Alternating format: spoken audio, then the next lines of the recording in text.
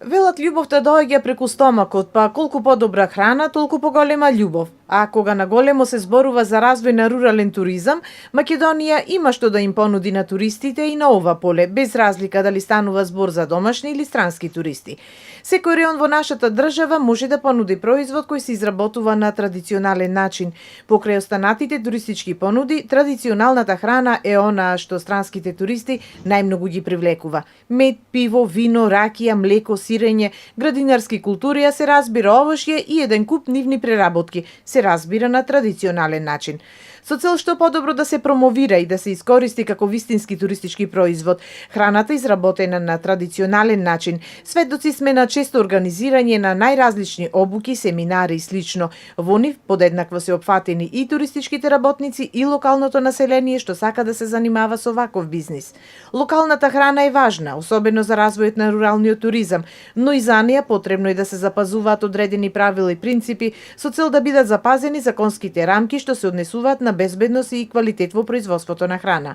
Изнаоѓање на добар баланс помеѓу хигиенските правила за производство на храна од мал обем и квалитет беше целта на меѓународната работилница што деновиве се организира во Потпелистерското село Трново.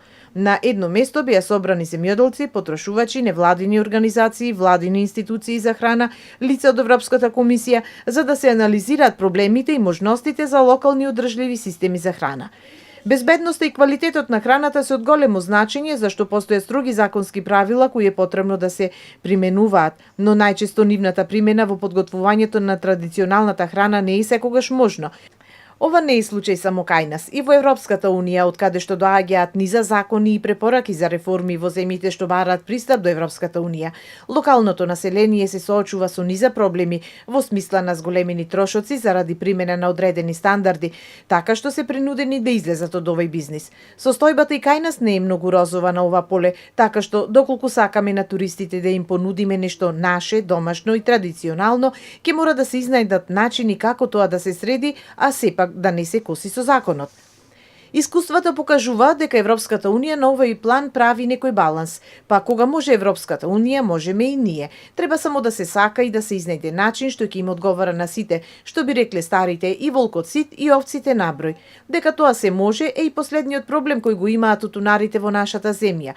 Иако тутунопроизводителите стравуваат дека вишокот на тутун ќе им остане во домовите, сепак заедничкиот диалог меѓу нив и откупувачите со помош на владата се реши на задоволство на сите. Тргнувајќи од ова, размената на искуства и конструктивните диалози на полето на развој на рурален туризам, каде ќе се промовира традиционална храна, не е неможно. Се е можно, само треба да се сака.